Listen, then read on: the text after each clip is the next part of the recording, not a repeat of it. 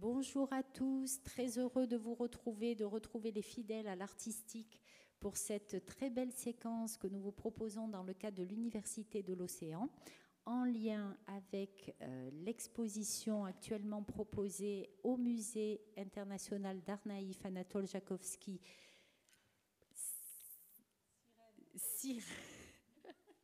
Sirènes et merveilles. Sirènes et merveilles, peuple des mers. Voilà, donc nous sommes toujours ravis de collaborer avec le musée pour vous proposer en fait un point de vue commenté des expositions, valoriser le travail de Frédéric et son équipe pour vous proposer toujours des expositions assez magnifiques, et tel est le cas aujourd'hui. Donc je vais laisser en revanche la parole à Adèle Faustinien, en charge de l'Université de l'Océan, donc qui a coordonné tout le programme des conférences que vous pouvez voir ici en lien avec la Biennale et des arts et également avec les expositions et autres manifestations de la ville de Nice. Donc Adèle qui va venir vous présenter l'Université de l'Océan. En tout cas pour ma part, je vous souhaite une bonne conférence. Merci.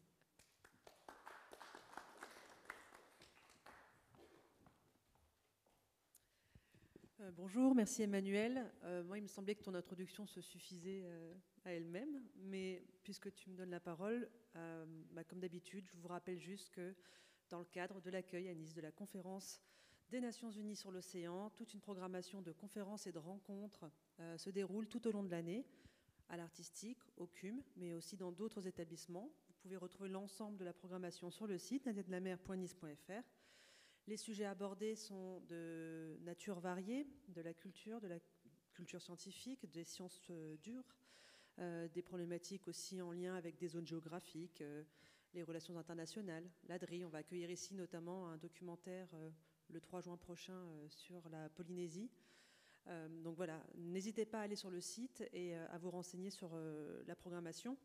Et là aujourd'hui, nous accueillons la directrice du musée d'art naïf de Nice, qui m'a appris un mot que je ne connaissais pas, Yemanja. Donc je ne connaissais pas l'existence de ces sirènes brésiliennes. C'est un sujet qui lui tient à cœur, puisque dès qu'on a commencé à échanger sur les sujets de l'UNOC, voilà, c'est une thématique qu'elle a portée à bout de bras. Donc bravo pour l'exposition et je vous souhaite un bon échange. Merci.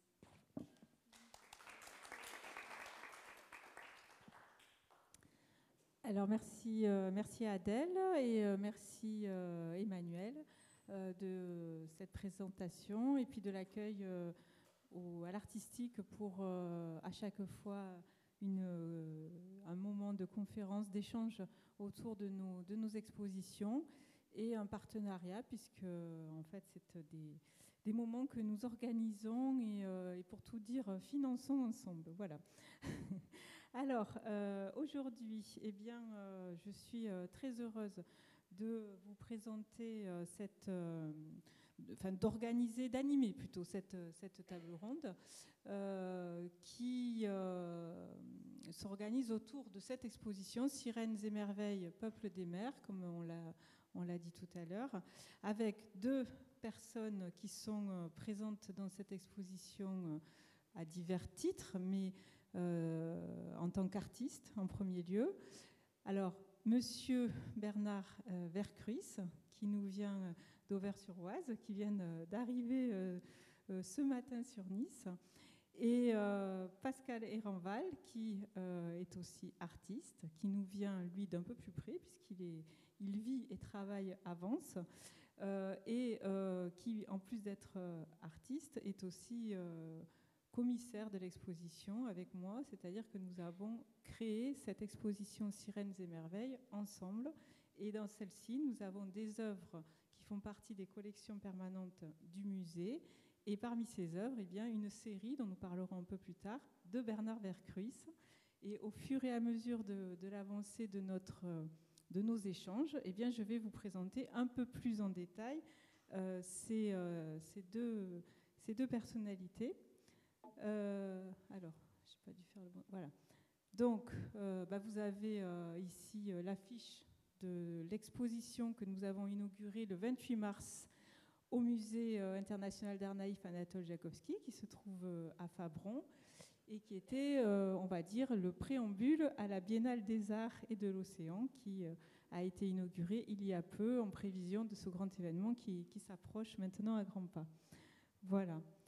Je voulais vous mettre justement quelques images de ce vernissage, qui était très agréable, très sympathique comme d'habitude, et très instructif. Alors, avec les officiels, avec l'artiste, avec la hiérarchie administrative, et puis le parcours traditionnel dans l'exposition, avec l'ensemble des visiteurs, dont certains sont dans la salle ici, et je les remercie, les fidèles du musée d'art naïf.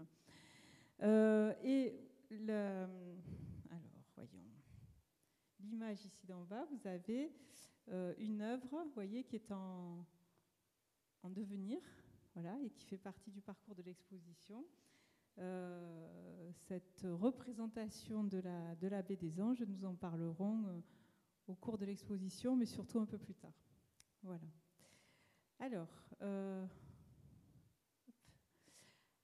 parlons des artistes, et en premier lieu, parlons de Pascal Ehrenval, que vous avez ici en chair et en os et en photo. Pascal Ehrenval, qui, de son nom d'artiste tout simplement Ehrenval, est une personne que j'ai croisée bien avant d'être directrice du musée et bien avant même de savoir que je le serais un jour. Et on s'est rencontrés avec Pascal sur une carte. Voilà, c'est-à-dire que, pour faire court, j'avais osé écrire un livre personnel qui parlait d'un trajet d'une famille en Méditerranée, et l'illustration était une carte. Et cette carte, en couverture de mon livre, a attiré l'œil de Pascal un jour où je le présentais à Vence, où il vit, et de là, nous avons échangé. Et il m'a parlé de son travail d'artiste qui, notamment, entre autres choses, dessine, peint sur des cartes. Voilà. Donc, ce premier, comment dirais-je, lien fait. Une fois que j'ai été en place au musée d'art naïf, eh bien, je l'ai invité plusieurs fois, on s'est rencontrés. Et un jour, eh bien, lors du lancement de cette Biennale des Arts, et en tout cas de l'idée de travailler sur la mer, eh bien, j'ai contacté Pascal et je lui ai proposé de travailler à la fois sur notre fonds. Nous avons un fonds important d'artistes brésiliens notamment, et de représentation de sirènes. Et je lui ai demandé, voilà, de préparer avec moi un accrochage qui mêle à la fois ses œuvres et les nôtres. Et le thème principal, c'était les sirènes, et notamment les sirènes du Brésil, les Yemanja, et ensuite eh bien, les œuvres de Pascal, et aussi les sirènes plus locales, on va dire, puisqu'il y avait un passage obligé, mais qui n'a posé problème à personne. C'était la présentation des 12 eaux-fortes réalisé par Monsieur Vercruys, qui illustre un conte écrit par Anatole Jakowski, qui est le donateur de la collection qui a permis de créer le musée. Ce conte s'appelle La Petite Sirène. Voilà. Et nous allons en parler dans le cours de cette table ronde. Je présenterai un peu plus précisément Bernard Vercruys un peu plus en avant dans le courant de cette conférence. Voilà. Donc, pour Ehrenval, eh bien, c'est un artiste qui est en lien avec le monde, déjà de par son histoire personnelle, qui le relie à la fois à l'Afrique et à la France, à la Normandie particulièrement, et qui, dans le courant de sa vie, a eu l'occasion de vivre une quinzaine d'années au Brésil. Et à cette occasion-là, il a découvert l'art naïf du Brésil, qui est un art naïf très important. Et c'est un artiste qui se dit familier de cet art naïf, qui le met dans ses références, et qui, par ailleurs, eh bien, s'intéresse et s'inscrit dans les mouvements de l'art singulier et de l'art brut. C'est un graveur également, un dessinateur hors pair, je dirais. Et du coup, pour commencer, nous allons mettre une de ses œuvres, qui est l'œuvre que nous avons ensemble choisie pour illustrer l'exposition, notamment sur l'affiche. Bref, c'est le visuel de l'exposition. Et donc, je vais lui demander de nous parler simplement de cette œuvre. Bonjour, je vous remercie d'être venu ici et je suis content de pouvoir vous parler de ce travail. Ce que je peux dire sur cette œuvre, on l'a choisie parce qu'en fait c'est une œuvre monde, puisque ça correspond. L'idée c'était de travailler sur les océans, et vous savez qu'il y a beaucoup plus d'eau sur la Terre que de terre en fait, en tout cas en surface. Et c'est pour ça qu'on a jugé pertinent de choisir cette œuvre-là qui correspondait à cette idée du globe et bien au-delà aussi. Oui, et puis toujours avec cette technique de saturation de l'espace, mais de façon différente pour les terres émergées et puis les terres immergées pour le coup. Oui, ce que je peux vous dire aussi là-dessus, c'est que, comme vous voyez, je travaille sur la carte, mais la carte disparaît sous les dessins, en fait. Donc, quand on voit ça de loin, on peut quand même deviner les continents, là. Enfin, là, c'est l'Amérique, les Amériques. Hein. Et puis, donc, il y a une forme de superposition. Donc, c'est vrai que la mer, puisque là on parle des sirènes, hein, c'est le titre de l'exposition, donc on est face à des êtres imaginaires qui vivraient au fond des eaux. Mais cette idée donc là déjà comprend l'idée du palimpseste, c'est-à-dire de choses qui se superposent les unes aux autres. Et c'est vrai que la surface des mers, c'est un espace intercalaire entre ce qu'on ne voit pas et ce qu'on voit. Donc pour moi, la carte correspond à cette interface aussi entre deux mondes, c'est-à-dire la Terre et ce qu'on peut imaginer dans ce qu'on ne voit pas, c'est-à-dire là sous les eaux. Donc j'ai essayé de créer toutes ces images en fait en connexion avec évidemment l'imaginaire. Parce que d'une autre manière, la mer aussi représente un réservoir d'images inconscientes. C'est pour ça qu'on peut voir dans toutes les mythologies du monde, on peut parler d'Homère par exemple, mais on peut parler du mythe de l'Atlantide aussi, on peut parler du mythe du continent englouti dans le Pacifique qu'on appelle le continent mu et que les anciens appelaient la Lémurie. Et puis on pense aussi au mythe de l'Hyperborée, qui serait un peuple qui aurait vécu dans l'océan Arctique par exemple. Donc disons, dans ce travail-là, dans ce travail sur les cartes, moi j'essaye de faire affleurer cette dimension d'histoire de civilisation perdue de cette manière. Hein, c'est un peu comme si j'essayais de repêcher ces choses-là et puis de les remettre à flot par le biais des cartes. Voilà, alors évidemment, nous avons, comme vous comprenez, choisi d'illustrer plus la partie peuple des mers sur notre visuel général que la partie sirène. Bon, il fallait faire un choix, mais une des principales œuvres au centre de l'exposition et qui, qui est l'objet principal autour duquel tourne finalement la première salle, eh bien, c'est une sirène de Luis Carlos Figueiredo, qui est un artiste brésilien, qui était aussi un proche d'Anatole Jakowski. La preuve, c'est que je vous ai mis ici un petit extrait d'une poésie qu'Anatole Jakowski avait écrit sur cet artiste et sur ses sirènes, hein, par-dessus les toits, par-dessus les clochers, par-dessus la Seine, que voguent les Yemanja, autrement dit les sirènes de Luis Carlos de Figueiredo. Voilà, alors cette sirène en papier mâché fait partie de nos collections et est au centre de l'exposition en tant que, emblème finalement de cette déesse de la mer du Brésil, dont Pascal va nous dire encore quelques mots, lui qui connaît bien justement le processus de syncrétisme entre les religions yoruba et le christianisme qui ont abouti à ce type de représentation. Oui, donc je continue ma petite explication sur la surface et puis sur ce qu'il y a sous la surface. Donc en fait, Yemanja, c'est un dieu, enfin une déesse plus exactement, qui est associée à un fleuve qui se trouve au Nigeria aujourd'hui, et donc qui à l'origine était une déesse des eaux douces, puisque c'est une déesse de rivière, enfin de fleuve. Et donc il y a une légende comme ça, enfin, qui dit que quand certains de ses adorateurs furent déportés en Amérique par le biais de la traite d'esclaves, donc Yemanja les aurait suivis pour les protéger. Donc elle a suivi les bateaux qui ont emmené ses adorateurs jusqu'au Brésil. Et par là même, elle est devenue une déesse aussi des eaux salées. Et aujourd'hui encore, elle est très vénérée au Brésil.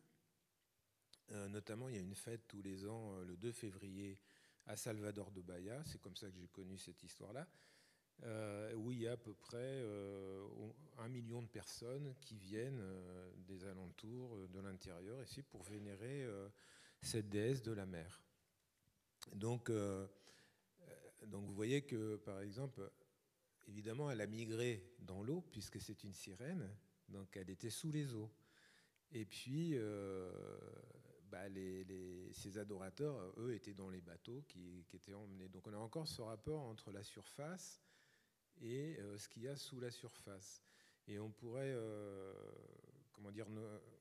nommer ça un peu comme la mer, comme un réservoir d'inconscient, en fait. Et donc le réservoir des mythes et des histoires que véhicule tout l'imaginaire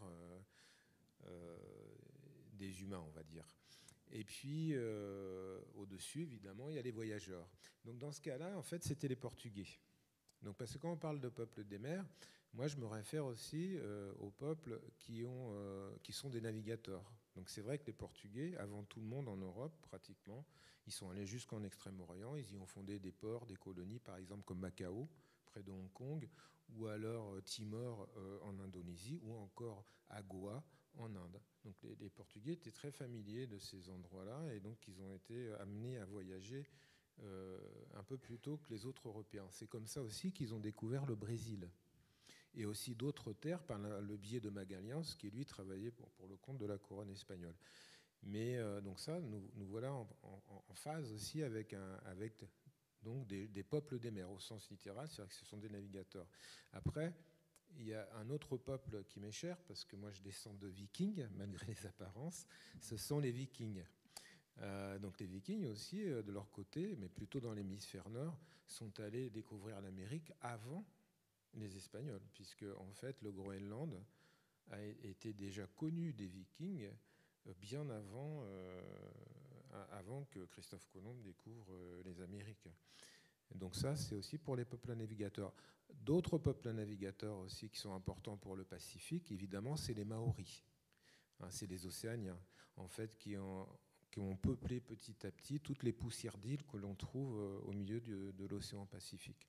Donc ça, c'est pour vous expliquer aussi l'aspect en surface, donc des gens qui sont à la surface des eaux et qui naviguent, comme Ulysse a navigué, a failli aussi se faire, je dirais, manger par la sirène, mais celle-ci, elle était maléfique. Cette sirène qu'on trouve dans l'Odyssée, en fait, est une sirène qui est un être hybride entre un oiseau et une femme.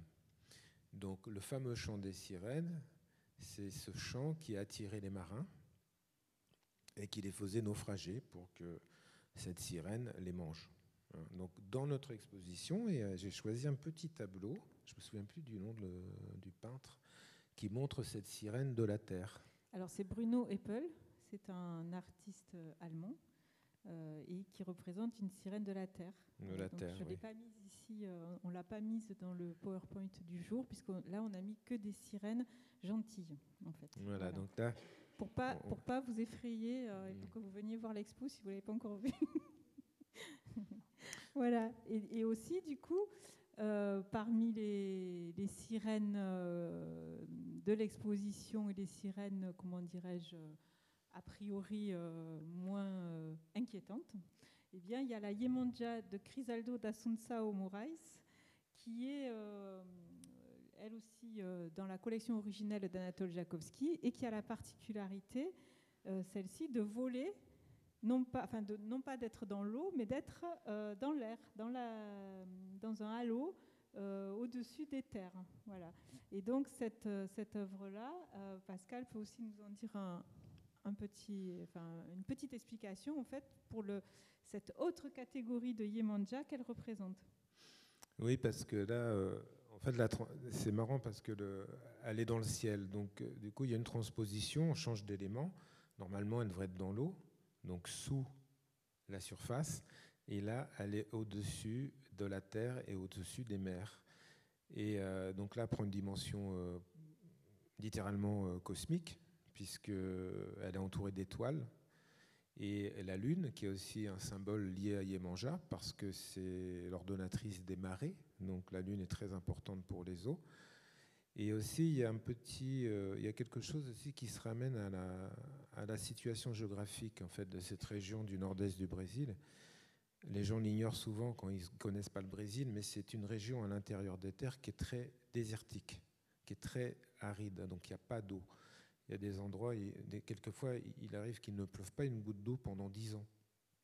Donc, c'est un peu un rêve pour les gens qui habitent dans ces régions de voir la terre recouverte d'eau. Et on peut voir sur ce tableau, en fait, que Chrysalde, il a peint la terre comme si c'était une rivière. Vous voyez, c'est de l'eau verte, en fait, et les collines sont... Et donc, il transforme un peu... Enfin, ça, c'est mon interprétation. Hein. Mais j'ai l'impression qu'il transforme le désert en une espèce de lac, en fait. Et donc, je trouve ça très poétique. Et c'est très nord-estin. C'est très... du coup, elle redevient une Yemanja des eaux douces, pour le coup. Puisqu'il peint la terre comme une rivière. J'ai pas compris. Du coup, elle redevient une sirène des eaux douces. Donc, du coup, bien sûr, la boucle est bouclée et elle revient une sirène des eaux douces. Voilà. Alors, sur cette diapo, je ne vais pas vous le lire, mais j'ai mis la notice rédigée par Anatole Jakowski dans le catalogue de la création du musée en 1982, avec toujours son style inimitable, à la fois précis, poétique et, comment dirais-je, emballé finalement sur tous les artistes qu'il représentait. Ouais.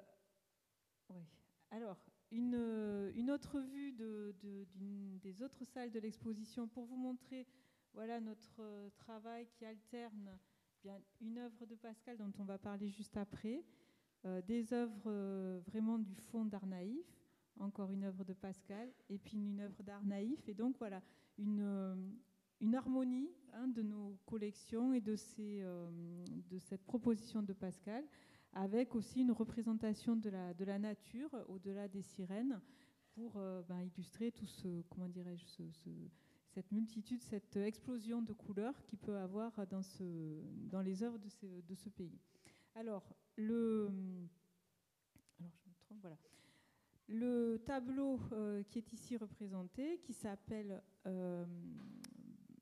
Bateau négrier. Non, je me trompe. Oui, on peut mettre ça. Pardon ?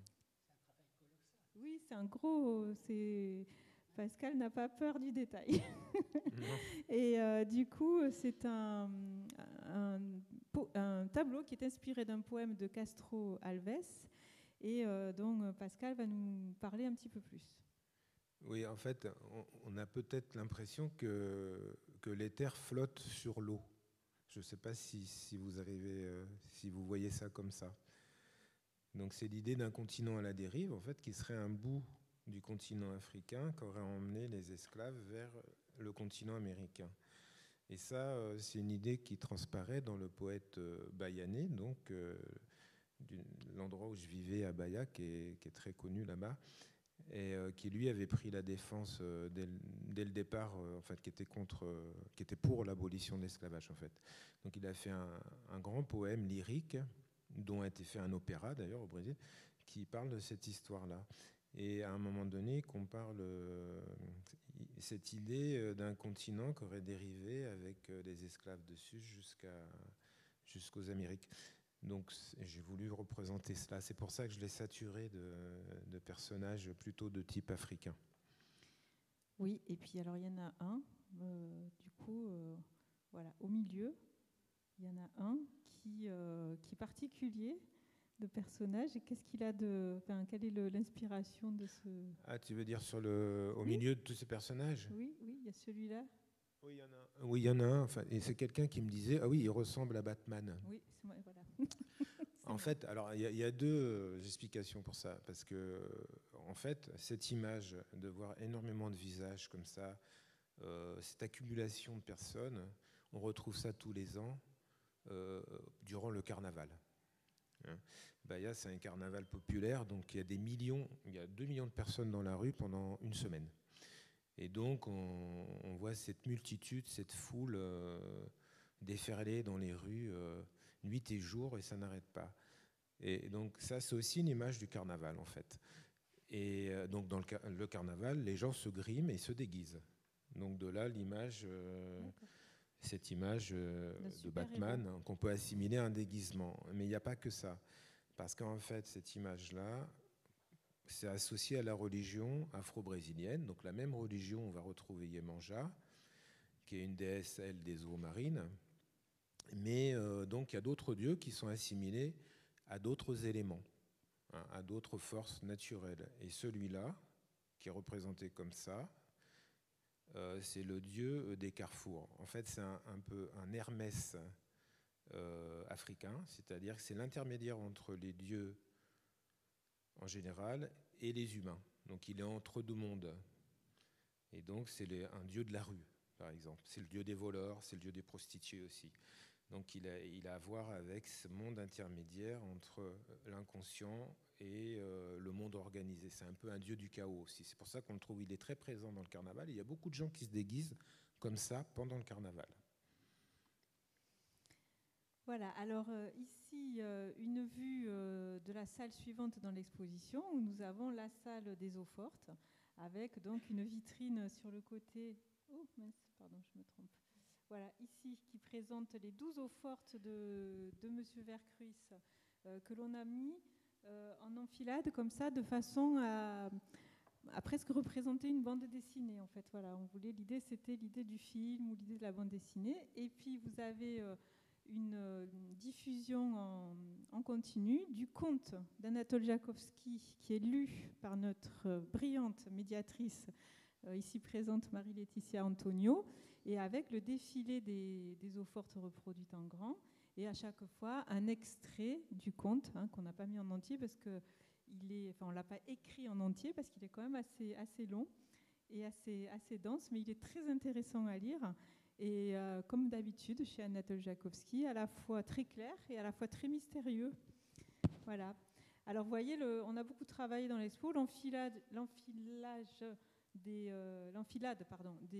salles, avec ici, chaque salle, on a une vision sur plusieurs œuvres du musée. Ici, on a un face-à-face entre la Iemanjá et une œuvre de Pascal avec une très belle femme qui semble s'exprimer fortement. Voilà. Alors, pour terminer et donner maintenant après la parole à M. Vercruis, 2 œuvres encore fortes de l'exposition de Pascal dont je voulais qu'il nous dise quelques mots. Il y a d'abord cette œuvre qui représente la carte de la Méditerranée avec une jungle dont il va nous expliquer. Et après, on aura une autre œuvre derrière sur l'Océanie. Alors sur cette œuvre-là, Pascal, le mot ou l'expression qui a déclenché l'inspiration, si tu peux nous expliquer. Oui, en fait c'est anecdotique. Vous vous souvenez peut-être il y a quelques années de ce mot de journaliste qui parlait de la jungle de Calais. Vous vous souvenez de ça peut-être ? Donc, évidemment, ça m'avait interpellé parce que moi, j'aime bien la jungle. J'ai un côté tropical parce que j'ai vécu au Brésil et puis mon père est originaire d'Afrique de l'Ouest. Et donc, j'ai imaginé transformer l'Europe entière en une jungle. C'est pour ça que j'y ai dessiné des végétaux sur les terres.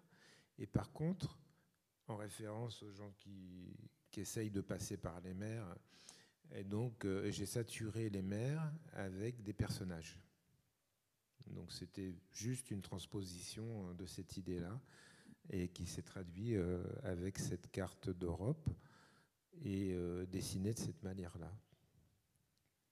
Voilà, donc une des premières œuvres que j'ai vues, comme je vous le racontais au départ, quand j'ai rencontré Pascal, j'ai trouvé l'idée déjà de dessiner sur des cartes assez extra, et puis toute cette, comment dirais-je, ce drame humain finalement aussi retranscrit de cette façon-là. J'ai trouvé ça très fort.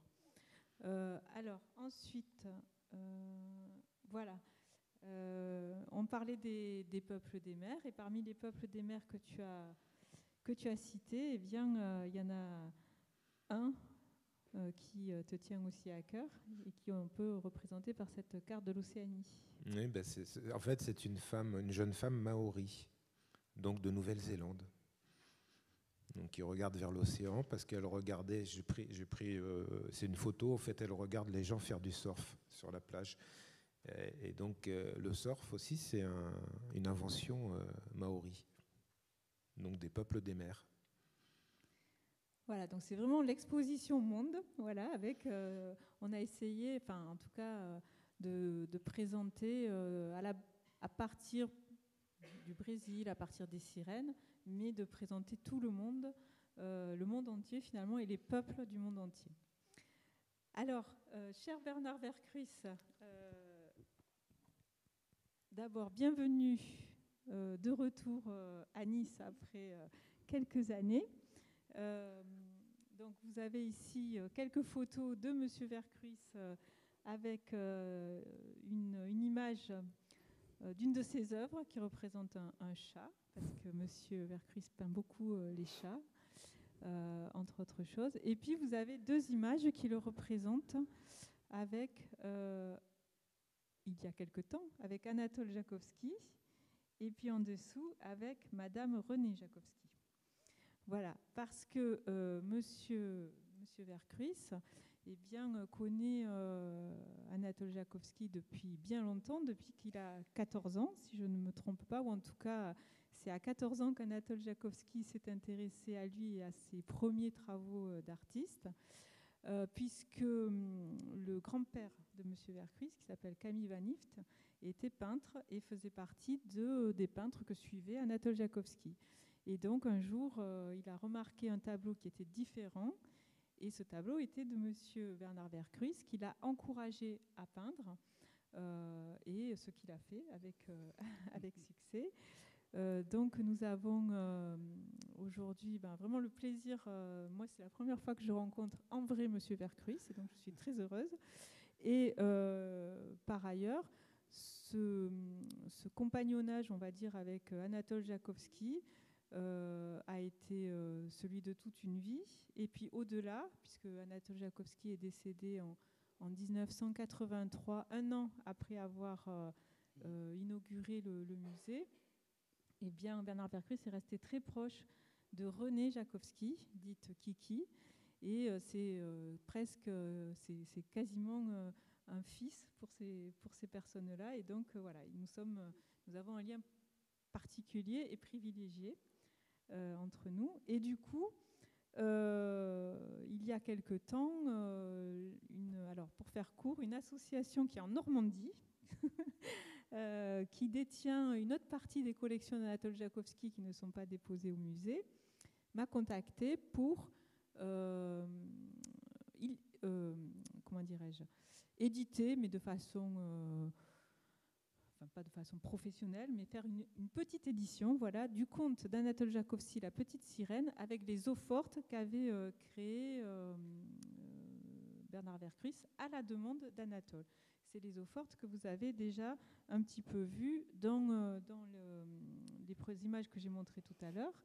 Alors, première chose, voilà, j'ai un petit peu expliqué, mais je voudrais que vous nous disiez quelques mots déjà sur eh bien, ce lien que vous aviez avec Anatole Jakowski et son importance finalement dans votre démarrage de carrière de peintre. Déjà, bonjour. C'est un personnage extrêmement important pour moi parce que je l'ai connu donc au début de ma carrière. Et puis, il m'a toujours encouragé. Il a toujours été là dans les moments difficiles. Et lorsque j'ai fait une exposition en 78, je lui ai demandé une préface qui m'a fait une préface, mais vraiment, c'est un petit bijou, je trouve. Et ensuite, on ne s'est vraiment plus quittés. Lorsqu'il partait en vacances, je changeais l'eau des fleurs. C'était pas le livre. Hein. Et puis, je faisais des petits travaux dans la maison. Enfin, j'étais présent et on s'est accompagnés mutuellement. Je dirais même qu'on s'est bien amusé parce que c'est un collectionneur de collections et il avait entre autres une collection de jouets interplanétaires. Et d'ailleurs, j'ai fait 2 tableaux de lui dans des engins interplanétaires. Et il adorait jouer avec.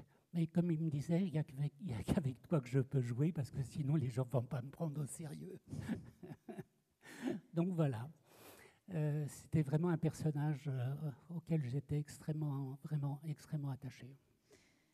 Et oui, et donc un jour, il vous a demandé, il vous a proposé le projet de... Alors voilà, il me dit, j'ai écrit un conte, ça serait bien que tu puisses, toi qui fais de la gravure, que tu puisses l'illustrer. Est-ce que ça te dit? Oui, bien sûr. De toute façon, j'aime bien les challenges. Alors, donc, je dis toujours oui, après je réfléchis. Bon, des fois, je me dis, mince, j'aurais peut-être pas dû dire oui. Mais là, j'ai jamais regretté. Et en lisant son conte, donc, je l'ai décomposé comme ça en 12 phases. Et puis, je l'ai tiré en gravure originale. Donc, ces gravures, moi, j'ai une presse chez moi, donc je les tire moi-même. Et j'avais fait donc 2 tirages, donc 2 x 12, 24, donc il y en avait 12 pour moi. Et à lui, je lui en ai donné 12 pour qu'on cherche un éditeur. Puis on n'a pas trouvé d'éditeur, ni moi de mon côté. Enfin, moi de mon côté, j'en avais trouvé un, mais il voulait le faire en livre et en conte pour enfants. Et il ne voulait pas en gravure originale parce que ça coûte trop cher. Mais bon, nous, ça ne nous intéressait pas. On voulait vraiment faire une édition en eau forte. Et lui, de son côté, il n'a pas trouvé. Donc, je lui dis, bon, c'est pas grave, hein, on fera autre chose. c'est simplement un passage. Et du coup, je lui ai donné donc, les 12 eaux fortes. Je lui ai dit, vous les gardez. Et en plus, je lui ai donné les 12 plaques de cuivre. Hein. Comme ça, par sympathie, quoi. Et puis, il y a une fois, il rentre de vacances. Il me dit, Bernard, il faut que je te dise un grand merci. Alors, je dis, bon, qu'est-ce que j'ai fait? Je ne suis pas au courant. Écoute, j'ai une cheminée à Belle-Île. Elle fumait. On me disait toujours, écoute, l'âtre est trop grand, il faut le diminuer. J'avais pas d'idée. Et puis, quand j'ai vu tes plaques, j'ai pris une planche de bois, j'ai collé tes plaques dessus. Et on n'est plus en fumée, grâce à toi. Voilà, donc comme quoi la gravure, ça sert à quelque chose. Voilà, donc on retrouve la facétie et l'humour, la légèreté donc, du personnage, et puis quelque part l'idée de cette petite sirène qui se transforme en fumée finalement, hein, oui. qui continue son voyage. Alors pendant que vous parliez, j'ai mis encore une vue voilà, d'une des autres illustrations de ce conte d'Anatole Jakowski, où on voit à chaque fois un peintre en train de produire des œuvres. Là, on voit qu'il peint une église, mais derrière lui, il a une sirène qui a été esquissée, en tout cas, du moins sa queue. Le reste du corps, on dirait que c'est un bouquet de fleurs. C'est en tout cas ce que moi, je vois ici. Et en fait, ce conte très personnel, donc vous dites que vous l'avez partagé en 12 parties, et donc chaque partie a été illustrée par une eau forte. Mais comment est-ce que vous avez fonctionné avec lui? Vous avez fait tout d'un coup et vous lui avez montré à la fin? Oui. Oui, et il a validé. Ah oui, oui, totalement. Oui, oui. D'accord. Non, mais il m'a fait entièrement confiance. Voilà. C'est Kiki. Alors excusez-moi, quand je parle de Madame Jakowski, on la nommait Kiki. Donc moi je l'ai appelée toute ma vie Kiki, alors ça sera Kiki ce soir aussi. Et donc c'est elle qui tapait à la machine, donc les textes. Hein. Il n'y avait pas d'ordinateur à l'époque. Et donc elle m'avait donné les feuillets. Et puis bon, en le lisant, bon, j'ai divisé ça en 12. Hein, voilà. Au départ, je ne sais pas combien de gravures ça pouvait faire 20 ou 8. Hein, ça dépendait du texte, mais le texte était, je dirais bien, divisable. Quoi. Oui, oui. Et donc dans ce texte, Anatole Jakowski raconte qu'il a rencontré une sirène à Prague. Alors, il faut savoir qu'il nous vient de Moldavie actuelle, de Chisinau. Il a fait une partie de ses études à Prague. Et que, par la suite, finalement, c'est un petit peu un conte qui raconte les rendez-vous manqués avec cette sirène qui finalement se transforme au fur et à mesure. Et j'en parlais tout à l'heure avec Pascal, quand on préparait notre table ronde. Moi, j'y vois, de toute façon, tout texte a toujours une partie intime, et j'y vois une partie un peu autobiographique. Alors, je vous avais posé la question, vous m'aviez dit que non, selon vous, mais je vous la repose aujourd'hui pour savoir si... Oui, alors moi, pour avoir parlé avec lui, en fin de compte, là aussi, il a été, pour moi, un initiateur, c'est celui du symbolisme. Avant lui, je n'avais pas la notion du symbole. Et il me disait, la sirène est initiatrice. Elle ouvre une porte. Elle est, d'ailleurs, c'est un hybride, on l'appelle un hybride, hein, donc elle est entre deux mondes. Et elle permet d'aller de l'un à l'autre monde. Ce qui est intéressant dans ce conte, en fait, c'est cette conclusion qui finit bien, en fin de compte, puisqu'elle retrouve sa liberté. Et cette sirène, c'est un peintre qui l'a peint, et par magie, elle devient réelle, cette sirène. Et donc, elle se met à vivre avec ce peintre, et ce peintre a toujours rêvé d'avoir une sirène, une vraie sirène. Et puis, cette sirène lui fait tellement de malheur, tellement de malheur, qu'il veut s'en séparer parce qu'il n'en peut plus. Et puis, il y a un cirque qui passe dans le village et il la laisse au cirque parce que vraiment c'est insupportable, toutes les bêtises qu'elle fait. Et puis après, il a du remords et donc il voudrait la revoir. Il retourne voir le cirque et puis elle est partie. En fait, comme elle était au bord de la mer, elle a continué ses bêtises, elle a cassé l'aquarium et elle est partie dans la mer. Alors, quelle est la conclusion en fait de ça ? La conclusion d'Anatole, enfin pour avoir parlé avec lui, hein, c'était méfiez-vous de vos rêves, méfiez-vous de vous-même, méfiez-vous de vos rêves. Quelquefois, lorsque vous faites des rêves et que vous les concrétisez, eh bien, ils ne se révèlent pas être la réalité, du moins pas celle que vous aviez souhaitée. Et du coup, il ne faut pas être déçu non plus. Il faut simplement se dire, on a fait ce rêve, on l'a vécu, mais ça n'a pas marché. Ce n'est pas grave. Il ne faut pas que ça empêche la réalisation d'un autre rêve. Mais, encore une fois, c'est toujours se méfier de soi-même. C'est ça l'initiation aussi. D'accord, donc c'est très intéressant ce que vous nous dites là. Et c'est vrai que moi, ça m'aide à comprendre cette part intime de ce qu'il a voulu nous dire dans ce conte, qui finalement peut aussi être un résumé de son parcours, puisque lui qui était à Chisinau, après il est allé à Prague, après il est arrivé en France en 1932, et puis là il a enfin pu se consacrer à sa passion finalement, qui était l'art.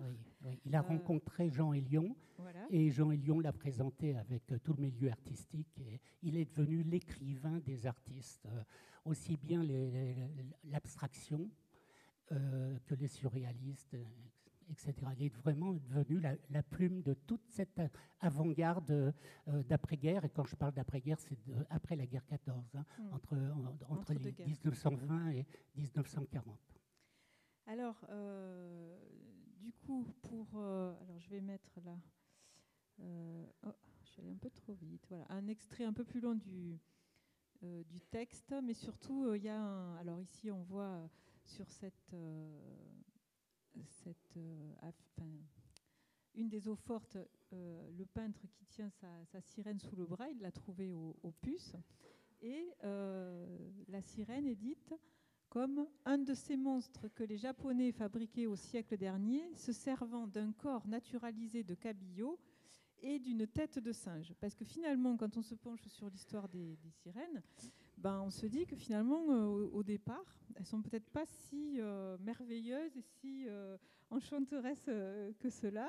Et donc, du coup, je voulais que vous nous disiez, Monsieur Vercruys, quelques mots sur votre synthèse à vous de la maturation de cet être étrange, finalement. Si on me lance sur la sirène. Alors... Parce qu'il faut savoir, juste avant de vous laisser, que Anatole Jakowski, par ailleurs, a fait de multiples collections durant sa vie, et en dehors des peintres naïfs. Et alors, la sirène, c'est une de ses collections emblématiques. Oui. C'est-à-dire qu'il a acheté tout de suite après la guerre, il a acheté une sirène à Yuki, qui était la compagne du poète Desnos. Desnos, qui était un poète, écrivain et résistant, et qui est mort en déportation. Et il est mort le 8 juin 1945, le jour de la libération. Et il a été libéré par le camp, a été libéré une semaine avant par les Russes, et il ne pouvait pas rentrer de lui-même puisqu'il était déjà trop malade, et il est mort le jour de la libération. C'est étrange. Et, bref, tout ça pour dire que Anatole adorait cette sirène parce qu'elle lui rappelait d'abord justement un mythe initiatique qu'est la sirène, mais aussi cette sirène représentait le personnage qui avait acheté cette sirène, c'est-à-dire Desnos, pour qui il avait un très très grand estime, énormément d'estime. Donc ça représentait, cette sirène, quelque chose de magique. Elle était donc au pied de l'escalier. Quand on rentrait, dans l'entrée, on rentrait, elle était au pied de l'escalier. Et on en parlait de temps en temps. Moi, je dois dire qu'au début, je n'étais pas plus attiré que ça. C'est une jolie sirène, dans le sens, c'est une belle poupée en cire, avec des cheveux authentiques. Et le bas de la sirène, pour faire donc la queue de poisson, pour faire les écailles, ce sont des paillettes, admirablement bien faites. Hein. Bon, voilà. Tout ça, c'est pour vous dire que la sirène s'était ancrée en lui. Je vous parle de la sirène aussi simplement en se rappelant que la première fois qu'on parle des sirènes, c'est justement avec l'Odyssée d'Ulysse. Et là, je ne suis pas du tout d'accord avec Pascal. Elles ne sont pas méchantes, les sirènes. Non, elles veulent vous entraîner au fond des mers où vous mangez, certes, mais elles n'existent pas, je vous rassure, hein, elles n'existent pas. Donc, c'est simplement symbolique. Donc, elles ne font pas mal, en réalité. Et elles vous initient, elles vous font passer d'un état à un autre. Hein. Donc, la sirène, lorsqu'elle est... Ulysse a connu des sirènes qui étaient des sirènes volantes. C'est-à-dire c'était des oiseaux. Elles avaient juste le buste de femme et le reste, c'était un oiseau. Et ça s'appelle des sirènes aviformes. La sirène que l'on connaît maintenant, qui est en forme de poisson, est venue plus tard. Elle est venue au IIe siècle. Avec un personnage qui s'appelle Pausanias, qui était un globe-trotter du IIe siècle, qui visité tout le tour de la Méditerranée, et lui raconte une histoire. Il dit que dans une des îles de Crète, à Aptera, on raconte cette histoire, c'est Héra. Et alors Héra est la déesse femme de Zeus, le grand dieu de Grèce. Hein. Et donc Héra lance un concours de chant entre les sirènes et les muses. Les muses sont les 9 filles de Zeus. Et malheureusement, ce sont les muses qui gagnent. Alors là, il y a 3 versions. Première version, les sirènes de dépit se jettent à l'eau. Deuxième version, elles s'arrachent les plumes. Troisième version, ce sont les muses qui leur arrachent les plumes pour se faire des couronnes de victoire. Bref, elles tombent à l'eau. C'est plus important. Mais quand elles tombent à l'eau, c'est un plongeon. Mais le plongeon, en fait, c'est initiatique. Quand vous tombez dans l'eau, vous mourrez. Vous vous noyez, vous mourrez. Et l'initiation, c'est ça. C'est mourir pour renaître. Et donc, on meurt, on renaît, c'est-à-dire qu'on recommence sa vie.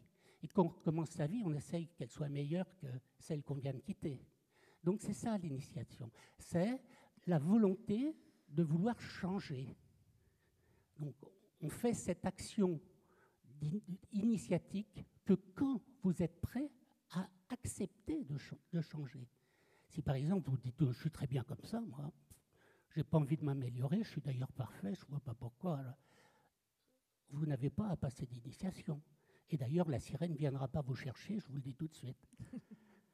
Par contre, ceux qui ont cette âme de vouloir être meilleurs, ben peut-être qu'un jour, la sirène passera par là et puis vous mangera, vous emmènera au fin fond de l'eau.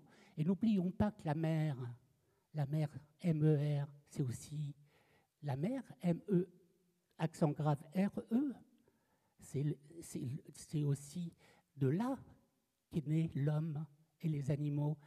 La mer M-E-R, tout sort de là. Et la mer M-E, accent grave R-E, c'est l'homme qui sort de là.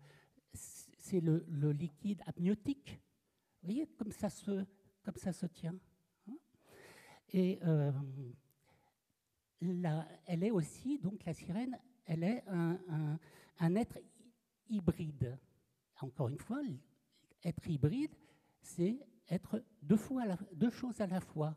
Elle est à la fois humaine, et puis elle est à la fois poisson ou oiseau. D'ailleurs, sur les églises, et souvent sur les porches des églises, c'est-à-dire à l'extérieur, on voit des êtres hybrides. On dit c'est le démon, c'est un diable. Non, ce sont des êtres hybrides qui vous invitent à rentrer, en fait. Vous êtes à l'extérieur et quand vous rentrez dans une église, vous êtes volontaire pour vous améliorer. Vous avez une religion, d'une manière générale, c'est pour vous améliorer. Donc vous rentrez dans l'église, vous faites l'action de vouloir vous améliorer. Voilà, c'est 2 mondes. Le baptême, c'est quoi? C'est une initiation. Avant, le bébé, considéré par l'Église, il n'est pas vivant. Hein. Si par exemple, malheureusement, il meurt, il ne va pas au paradis. C'est comme ça. Donc il prend vie uniquement quand il est baptisé. Et aussi bien lorsqu'il naît, qu'est-ce qu'il fait? Il crie, il ouvre les yeux. Donc, entendre, le mot entendre veut dire ouvrir les yeux. Et lorsque vous êtes baptisé, on met de l'eau au bébé. Qu'est-ce qu'il fait le bébé? Ben, généralement, il pleure aussi. Hein. Voilà. Donc, le fait de pleurer, c'est aussi l'action de la parole. Or, dans beaucoup de mythologies, la parole, c'est la création divine.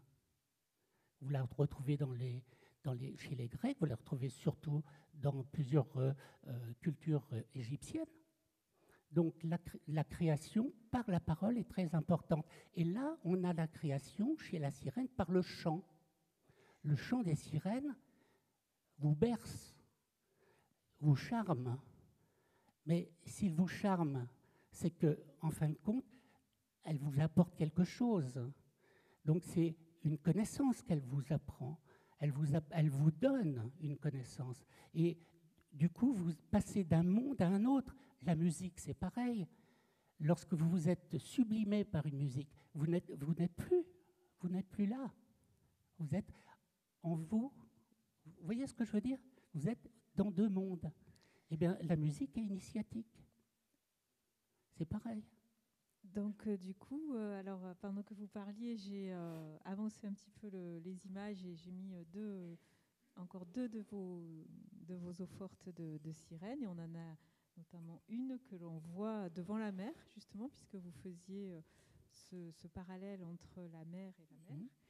Et comme vous avez dit que vous n'étiez pas d'accord avec Pascal Erambol, donc je vais lui demander je vais lui poser la même question qu'à vous, même s'il a déjà un petit peu avancé dans ses explications, pour nous donner sa vision à lui de cet être étrange qu'est la sirène. Oui, moi je suis tout à fait d'accord avec Bernard. Voilà, j'en étais sûre. Merci Pascal, merci. Parce qu'il dit la même chose que moi, mais d'une autre manière en fait. Puisqu'on parlait du réservoir de l'inconscient pour la mer, et donc comme symbole là, pour le coup, et puis la sirène étant un être hybride, elle appartient à la fois aux deux mondes, puisqu'elle est formée d'un être humain et d'une queue de poisson. Et même dans le cas de la sirène qui serait méchante, donc d'un oiseau et d'une femme. Et autant l'eau dont on ne voit pas, on voit la surface mais on ne voit pas le fond, que le ciel qui est quelque chose aussi de très vaste. Et donc au niveau symbolique, évidemment, l'eau appartient plutôt au bas, donc au nadir, et donc au côté, je dirais, peut-être un peu cauchemardesque, etc., etc., et le ciel plutôt tout ce qui est céleste, hein, c'est les anges, c'est Dieu, etc. Donc on a bien cette ambivalence entre le zénith, la lumière zénitale, celle qui vient du haut, et le nadir, les tréfonds, les abysses, etc. Donc c'est vrai que le chant des sirènes nous entraîne au tréfonds de notre âme. Et ça peut être impressionnant, et ça peut être, je dirais, il y a une dimension initiatique en ce sens où c'est affronter ses propres démons, ce qui est caché, ce qu'on ne connaît pas. Donc on peut en revenir fortifié, mais on peut aussi s'y perdre. Donc c'est là le côté ambivalent des êtres hybrides, c'est-à-dire ils ont une dimension, ils vont nous hisser vers le haut, mais ils ont une dimension aussi, ils peuvent nous hisser vers les tréfonds de l'âme. Donc c'est pour ça que je suis d'accord avec ce que dit Bernard, c'est vrai, c'est initiatique, mais par contre, il y a une ambivalence, c'est pas forcément toujours agréable et confortable. Ça peut être effrayant d'affronter ses propres démons et d'affronter l'inconnu en fait. Ça peut nous faire peur et on peut vouloir se raccrocher au connu.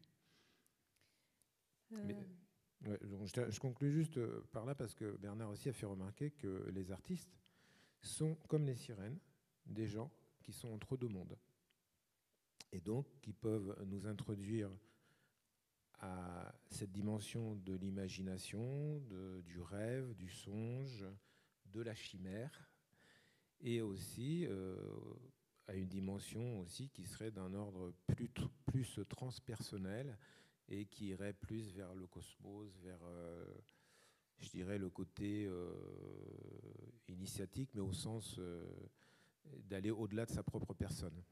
Pas aller au fond de sa propre personne, mais bien d'aller au-delà de ses propres limites. Donc nous avons les deux côtés, le côté initiatique va dans les deux sens. Et alors donc tous les deux, vous avez évoqué le chant des sirènes, la musique, voilà. Et l'œuvre dont je parlais au début, l'œuvre en devenir, qui est au centre de l'exposition également, enfin d'une des salles de l'exposition. Vous avez une photo ici où vous avez Pascal en train de dessiner sur un rouleau de papier de 10 mètres. Hein. Alors, au tout début, on était parti sur l'idée d'une œuvre évolutive qui serait faite durant toute la durée de l'expo et qui ferait la taille de la table. Voilà, la taille faisant 3 mètres, on était parti sur 3 mètres. Puis bon, une fois que Pascal a eu acheté le rouleau, qui faisait 10 mètres, il m'a dit, tant qu'à faire, on ne va pas gaspiller et on va faire 10 mètres. D'autant plus que, d'où viennent les idées parfois, enfin, d'autant plus que en face de la table, à l'autre bout de la salle, vous avez la sirène, la grande sirène, la Yemanja, que je vous ai montrée au début, celle de Luis Carlos de Figueiredo. Du coup, l'œuvre qui va se créer au fur et à mesure, et bien à un moment donné, elle va tomber de la table, puis elle va se dérouler jusqu'à la sirène, imitant une vague qui va rejoindre donc cette Yemanja que nous avons opportunément placée, bien sûr, devant la fenêtre qui donne sur la baie des Anges. Voilà. Et ce dessin de 10 mètres représente la baie des Anges et le chant des sirènes dans la baie des Anges. Voilà. Et donc, on rejoint ici la musicalité et le fameux et très connu chant des sirènes. Et donc, je voulais demander à Pascal s'il voulait compléter ce que je viens de dire sur cette œuvre-là. Oui, parce que, en fait, je suis musicien avant même d'être peintre. Et donc, j'étais en train de dessiner sur ce dessin-là, et puis il y a une dame qui vient qui me dit mais enfin, l'exposition s'appelle Sirène, vous êtes en train de faire un dessin, et je ne vois pas de sirène sur le dessin. Et donc, je lui ai répondu opportunément, je l'avoue, qu'en fait, j'étais en train de dessiner la partition du chant des sirènes. Et comme la musique était invisible, on ne pouvait pas voir les sirènes, mais on pouvait les entendre. Mais au-delà de l'anecdote d'opportunisme dans la création, il faut quand même saluer, je pense, comment dirais-je, justement, la création, enfin la nouveauté qui peut se faire en interaction avec le public dans un musée. Voilà. C'est-à-dire que déjà, Pascal et moi, dans le temps de nos échanges, eh bien, nous avons imaginé ou trouvé des terminologies parfois. Voilà. Là, on avait parlé, on ne sait même plus qui c'est qui a eu...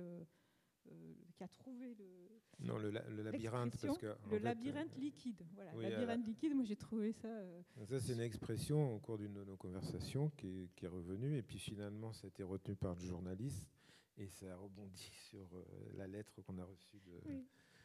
Donc, oui, et ça veut dire aussi que quand on ouvre un dialogue, en fait, par le biais sensible de la création, quelle qu'elle soit, qu'elle soit musicale, qu'elle soit poétique, qu'elle soit plastique ou imaginée, évidemment, on est en phase avec notre inconscient et avec aussi le côté d'improvisation.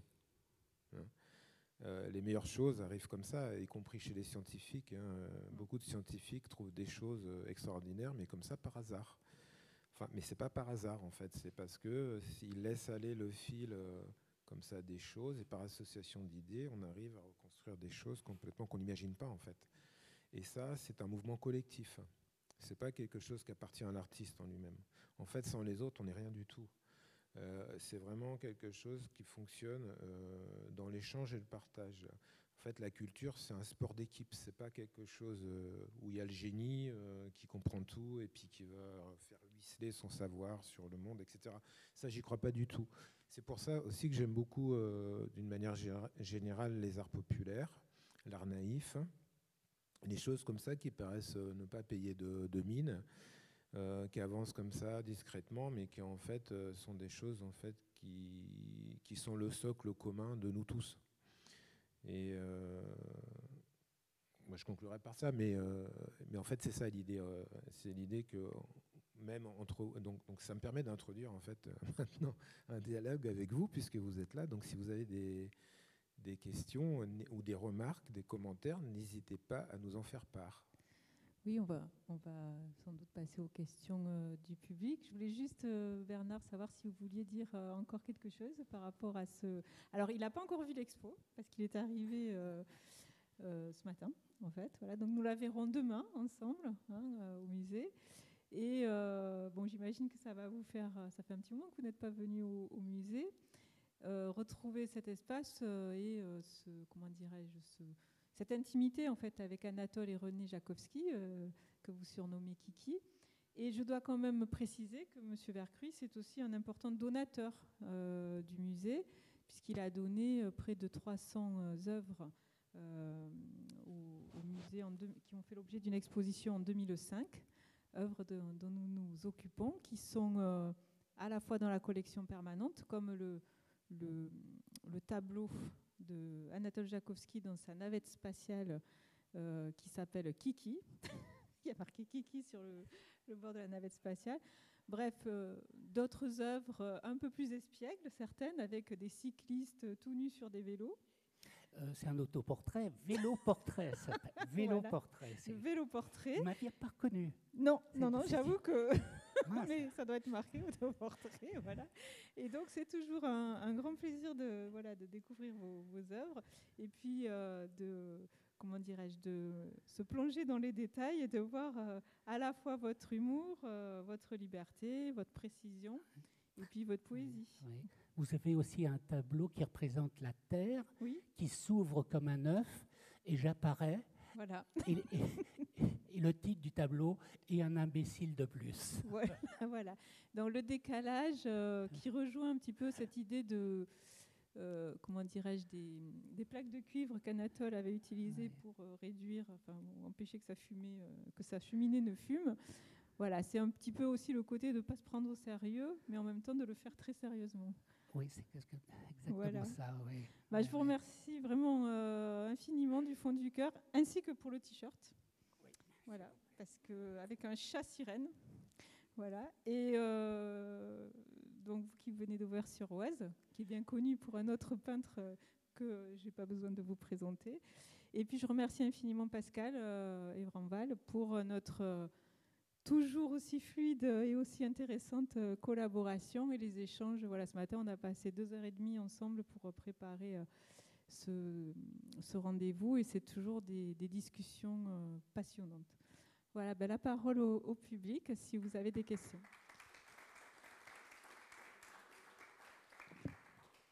N'hésitez pas, on est entre gens simples.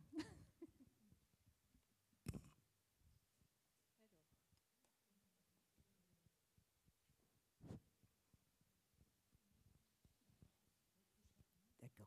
Monsieur Pascal en particulier, l'encre sur papier, c'est de l'encre de Chine ou quel type d'encre que vous utilisez? Donc j'utilise des encres acryliques. Ah, c'est de l'acrylique. Ouais. Donc qui sèche très rapidement. Qui sèche relativement rapidement, oui. Oui. Et j'ai beaucoup aimé votre tableau La Jungle. Il fait quelle dimension ce tableau? Vous voulez dire la carte? Je ne sais pas. Pour moi, la carte d'Europe? Non, La Jungle. Alors attendez. Oui, la jungle. D'accord. Voilà. Donc non. Celle-là.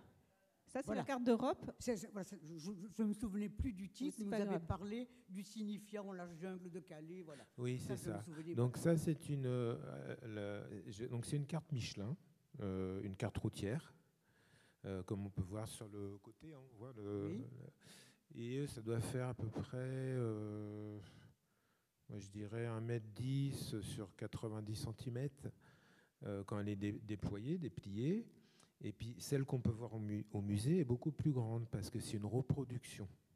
Donc on l'a agrandie pour la mettre à la taille des murs du musée. Oui. Donc là, c'est un travail d'encre sur le papier Michelin. Sur le papier Michelin de la carte, oui, exactement. Et la toile agrandie, c'est donc une projection acrylique. En fait, on scanne l'original, on le fait scanner.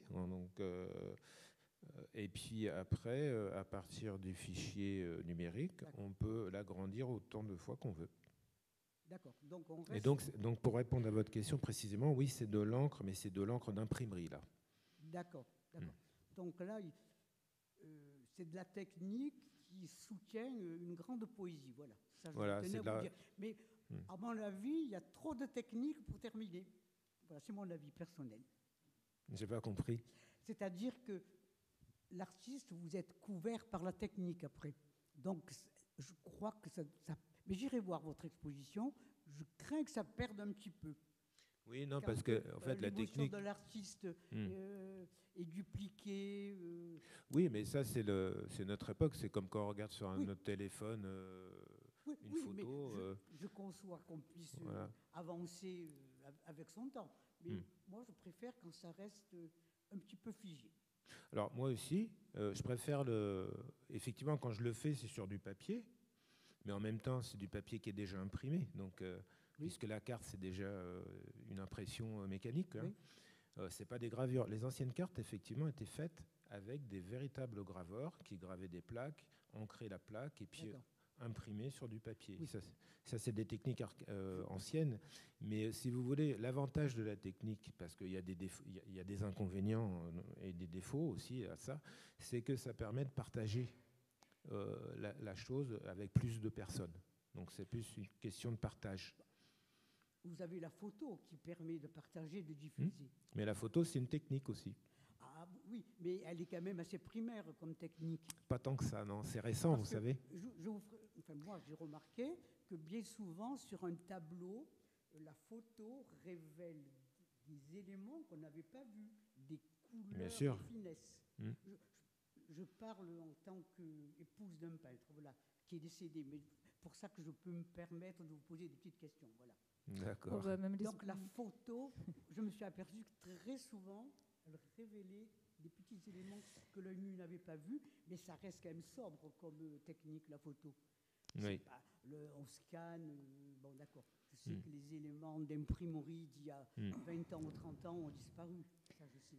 Alors on vous attend au musée donc pour voir les œuvres de Pascal et puis notre scénographie. C'est très bien, on vous attend avec impatience. Et puis donc du coup, moi j'ai une question complémentaire justement puisque vous parlez de la technique. Moi je voulais savoir pourquoi tu as décidé de dessiner sur des cartes finalement, de peindre et de dessiner sur des cartes. Pourquoi des cartes? Pourquoi pas autre chose? Alors justement, parce que les cartes, bon, moi je suis très attiré par les dessins et tous les systèmes de graphique. Donc je suis un amateur de gravure. Hein, et j'ai étudié la gravure aussi avec un maître graveur. Donc c'est pour ça que je m'intéresse aux cartes. Mais après, il y a une dimension symbolique évidemment sur la carte, puisque la carte est la représentation du monde, mais vu de haut.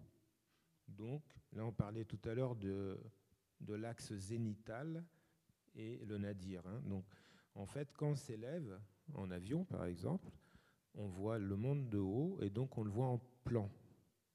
Donc ça, c'est la carte. Donc évidemment, la carte, c'est aussi une représentation du monde. Et pour un graphiste, on va inscrire donc quelque chose qui est de l'ordre de l'imagination sur quelque chose qui est de l'ordre de la représentation du monde. Donc c'est un peu comme s'inscrire dans le monde, de dessiner sur une carte. Donc c'est un raccourci, en fait. Et c'est pour ça que je dessine sur les cartes. Donc, d'une part, parce que je considère que c'est quelque chose de très beau, je me suis toujours intéressé aux cartes, et puis aussi parce qu'il y a cette dimension symbolique de s'inscrire dans le monde. Et c'est plus facile de refaire le monde en dessinant sur une carte que de le faire en vrai, en fait. Voilà.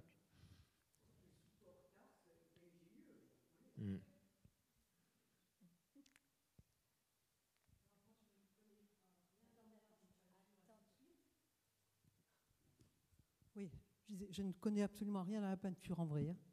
Mais moi, je ne marche qu'à l'émotion. Donc pour moi, ça c'est parfait. Je me fiche que ce soit fait de telle ou telle façon, ça me parle énormément. Et à la limite, un beau tableau très bien peint, il me fera peut-être rien du tout. Et d'autres choses qui paraîtront peut-être naïves ou qui n'ont pas de technique particulière, qui vont me toucher. Donc pour moi, l'art, c'est ça.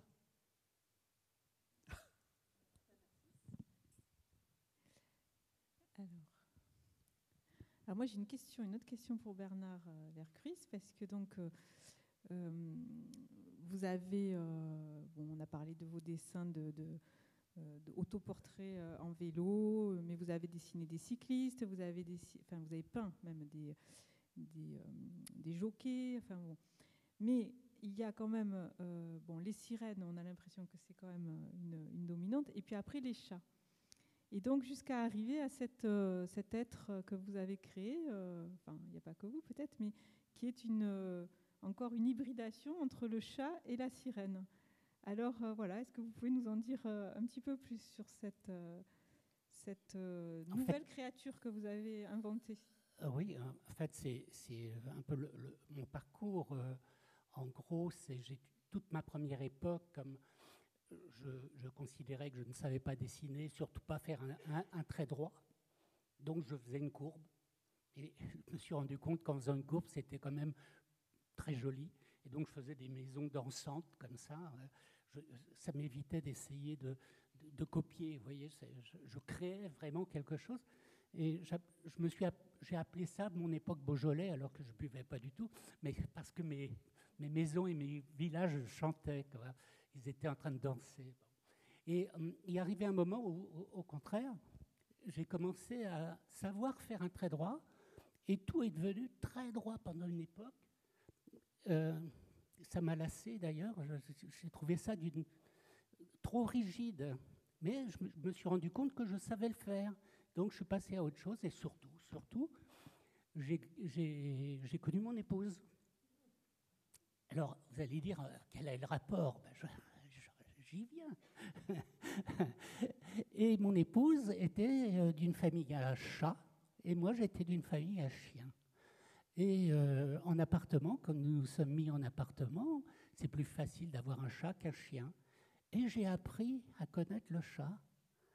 Et donc, c'est une histoire d'amour qui m'a poussé à peindre les chats. Écoutez, voilà, le mot amour est lâché.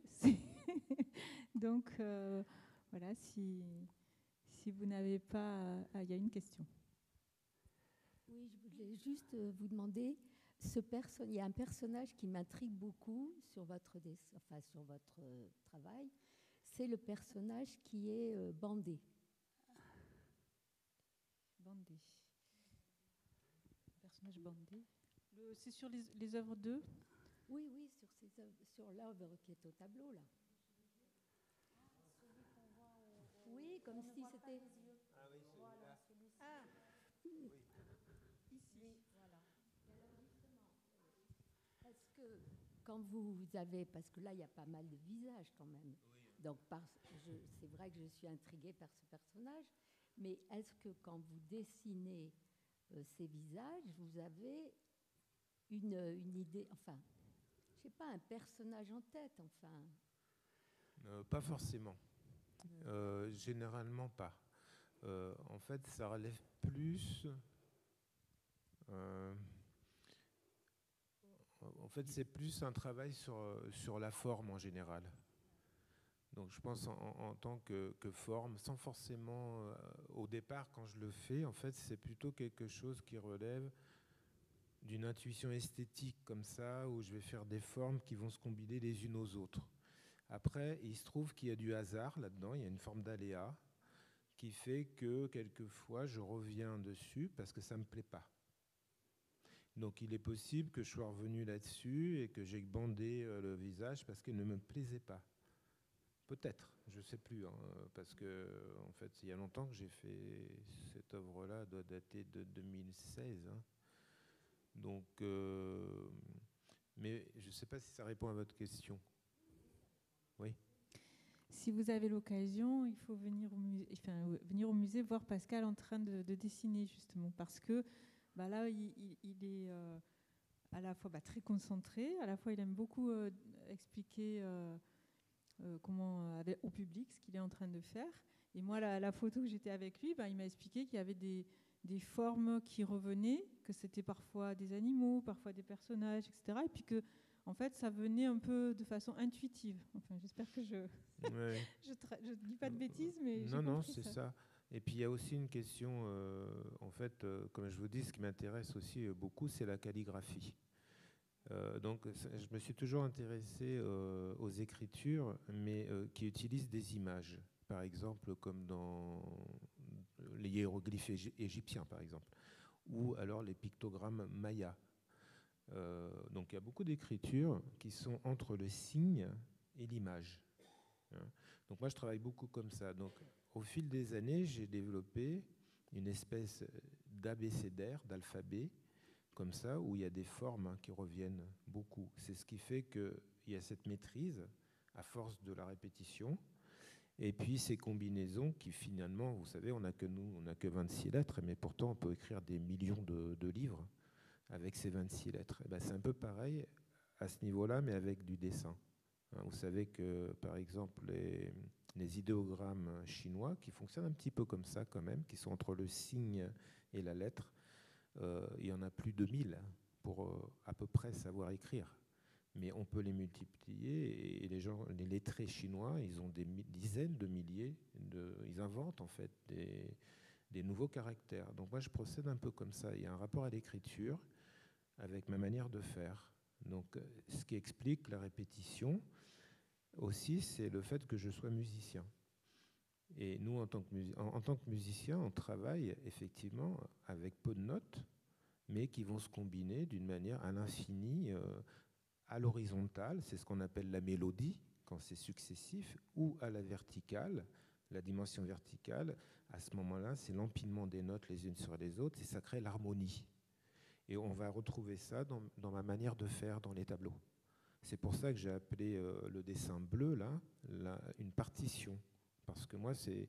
D'ailleurs, vous pourrez remarquer que dans le vocabulaire qui décrit la musique, ou dans le vocabulaire avec lequel on décrit les tableaux, on va retrouver les mêmes termes. Par exemple, on parle de tonalité pour les couleurs, mais on parle de tonalité pour les notes de musique.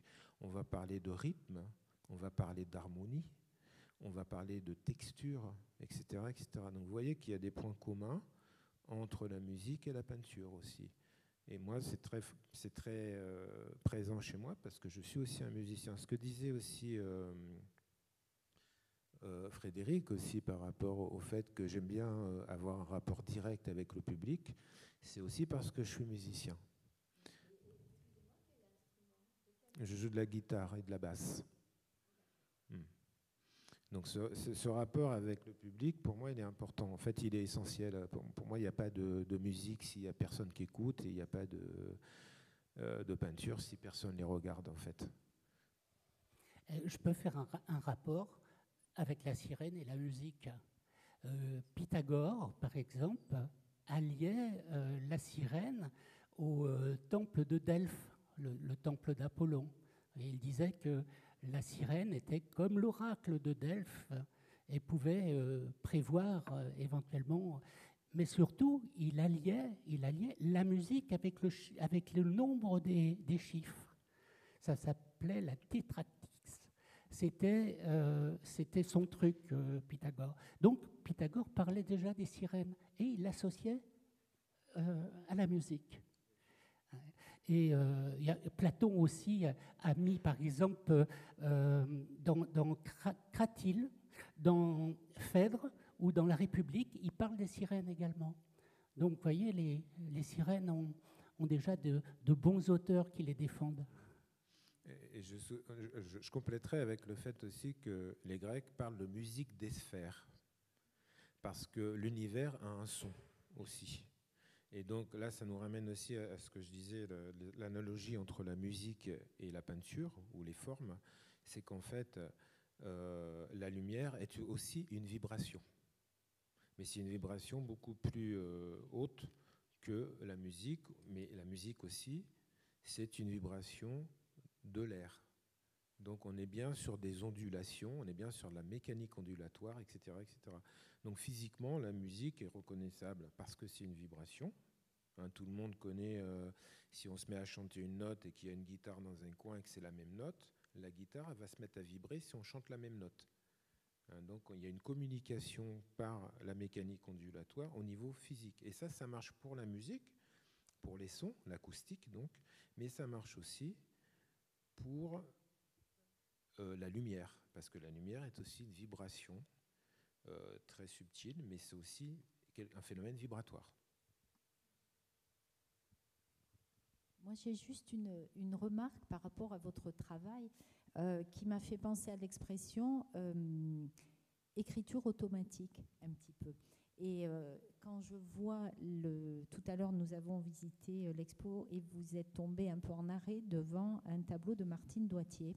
Et je retrouve beaucoup de ce que nous avons pu voir de Martine Doitier, c'est-à-dire ce détail, ce fourmillement de choses qui sont extrêmement précises, en plus, extrêmement précises.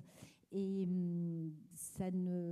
je comprends aussi à l'explication de votre travail, la façon de travailler, pourquoi son travail a résonné autant en vous. Et voilà, c'était juste une remarque par rapport à ça. Oui, merci Emmanuel.